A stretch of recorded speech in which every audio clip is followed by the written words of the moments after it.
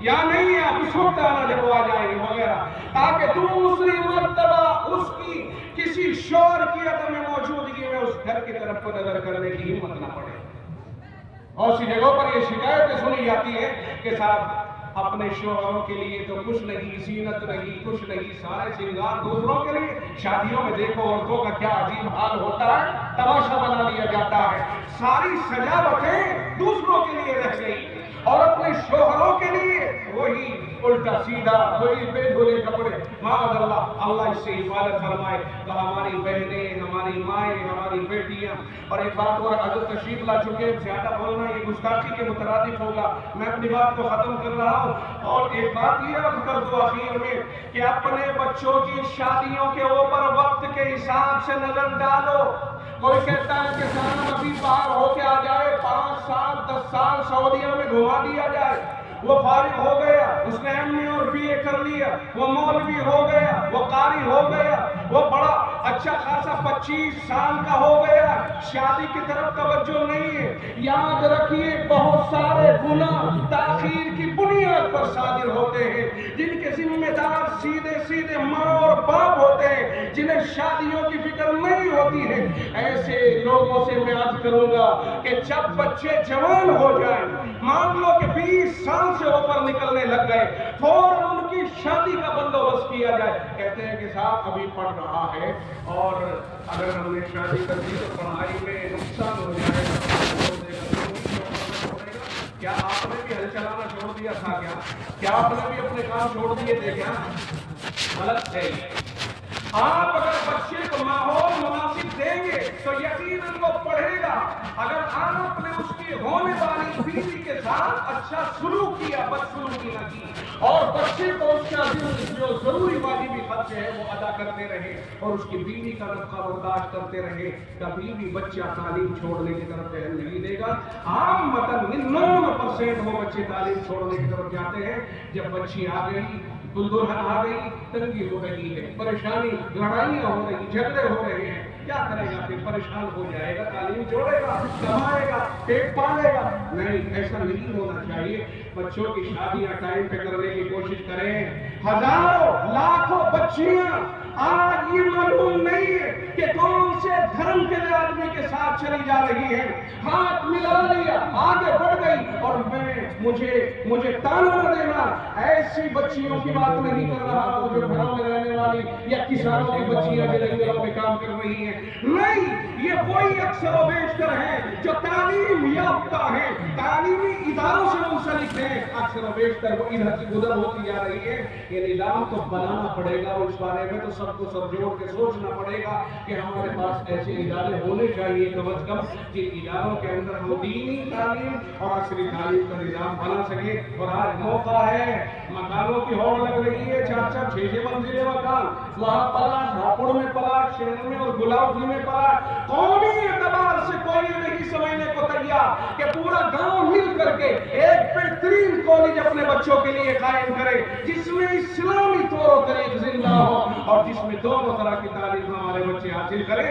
یہ تو شور مچائیں گے کہ اجی فلاں یونیورسٹی میں یا فلاں اسکول کے اندر بچیوں کو حجاب پہننے نہیں دیا جاتا، ٹھیکہ نہیں لیا ہے کسی نے۔ ہمارے مدرسے میں اگر کوئی داڑھی کٹا کے آئے گا، کوئی پینٹ شرٹ پہن کر کے آئے گا، مولانا سلیم صاحب کو منع کر دیں گے، آپ کو مدرسے میں نہیں لیا جائے گا۔ یہ ہمارا نظام ہے، یہ ہمارا اصول ہے۔ آپ کی سہولت ہوگی پینٹ شرٹ میں، مگر ہمارا نظام تو یہ ہے ٹوپی، کرتا پائجامہ اور داڑھی چہرے کے اوپر آ جائے تو داڑھی کی حفاظت۔ میرے کہنے کا منشا یہ ہے کہ پردہ سب کے لیے بہتر ہے، لیکن اگر ایک قوم پردے کو نہیں سمجھتی اور نہیں مانتی، آپ اسے مجبور کیسے کر سکتے ہو؟ اپنے اداروں کی بھی ضرورت ہے، اللہ انہیں بھی سمجھ عطا فرمائے اور ہمیں بھی سمجھ عطا فرمائے۔ سامعین محترم، میں نے یہ چند باتیں آپ کے سامنے ذکر کی ہے، بے ربط سی اور بے ترتیب کے ساتھ میں۔ امید ہے کہ آپ انہیں سن کر کے جو بات آپ کو عمل کرنے کے اعتبار سے مناسب لگے، عمل کرنے کی کوشش کریں گے۔ اور یہ آخری بات جو کہی ہے نا اسکولوں سے متعلق، اس کے اوپر تو آپ ضرور کوشش کریں۔ شادی بیاہوں میں جو الٹے سیدھے خرچ کر رہے ہیں، ابھی دیکھیے منڈپ ہے یہاں ہمارے مدرسے کے پاس میں 50,000 روپے کی آتش بازی میں پھونک دیتے ہیں، طرح طرح کے